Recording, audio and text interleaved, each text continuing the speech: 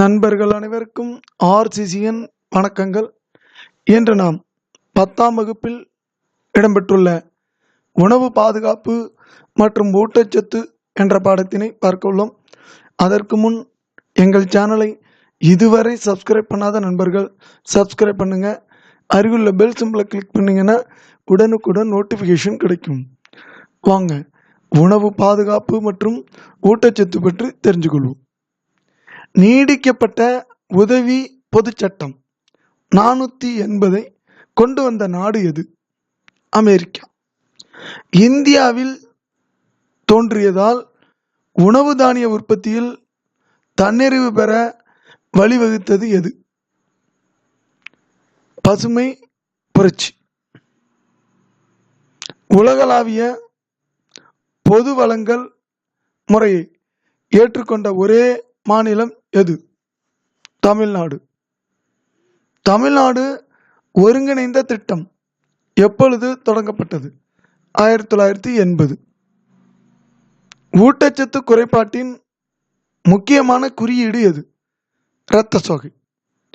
தேசிய உணவு பாதுகாப்பு சட்டம் இந்திய நாடாளுமன்றத்தால் நிறைவேற்றப்பட்டது எந்த ஆண்டு? 1980. கப்பலுக்கு வாயில் இருப்பு என்று அழைக்கப்படுவது எது? அமெரிக்கா தனது பொது சட்டம் 480 BL 480 திட்டத்தின் மூலம் இந்தியாவுக்கு உதவி வழங்கியது. இதே கப்பலுக்கு வாயில் இருப்பு என்று அழைக்கப்படுகிறது. உலகின் மிகப்பெரிய பொருளாதார நாடு எந்த நாடு? சீனா. இந்தியாவில் புதிய விவசாய கொள்கை அறிவிக்கப்பட்ட ஆண்டு எது? 2018.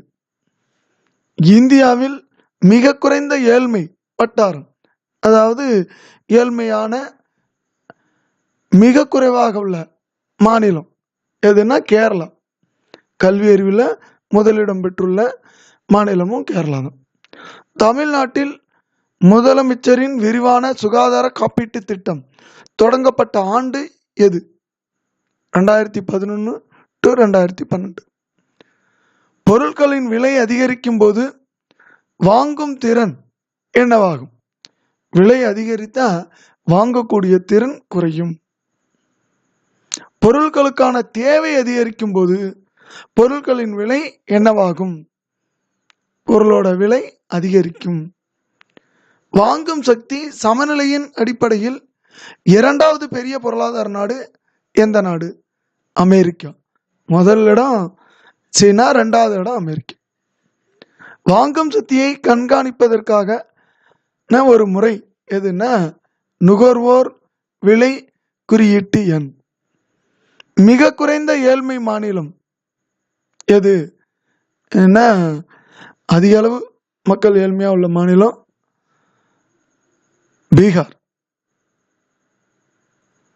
HYV என்பது அதிக விளைச்சல் தரும் வகைகள், hybrid varieties, high yield varieties, அதுதான் அதிக விளைச்சல் தரும் வகைகள். MSPங்கிறது குறைந்தபட்ச ஆதரவு விலை. அடுத்தது BDS பொது விநியோக முறை. FCIனா இந்திய உணவு கழகம், ஃபுட் கார்பரேஷன்ஸ் ஆஃப் இந்தியா. 2015-2016 ஆண்டுகளில் 364 மில்லியன் ஏழை குழந்தைகள் இந்தியாவில் இருந்ததாக கணக்கிடப்பட்டுள்ளது. நண்பர்களே, நாம் இன்று உணவு பாதுகாப்பு மற்றும் ஊட்டச்சத்து என்ற பாடத்தில் இருந்து பார்த்துள்ளோம்.